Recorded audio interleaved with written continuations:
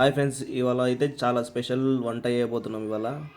ఇవాళ స్పెషల్ ఏంటంటే అయ్యప్ప స్వాములకు వంట ఇవాళ.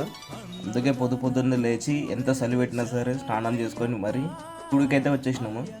గుడికి రాగానే లక్ష్మీ నరసింహస్వామి అలాగే ఆంజనేయ స్వామిని దర్శించుకొని మన పని అయితే మొదలు పెట్టేసినాం. ఇవాళ మనం చేయాల్సిన ఐటెం వచ్చేసి బెండకాయ ఫ్రై, పప్పు, సాంబార్, టమాటా మసాలా, పుదీనా చట్నీ, రైస్, మిర్చి, పాపడ్. ఇవాళ సాములకు కాబట్టి ఉల్లిగడ్డ అల్లిపిల్లిగడ్డ లేకుండా వంట చేసినాము. అదేందో సాములకు ఎట్లా చేసినా వస్తుంది. ఇవాళ వంటకు ఇద్దరమే వచ్చినాము.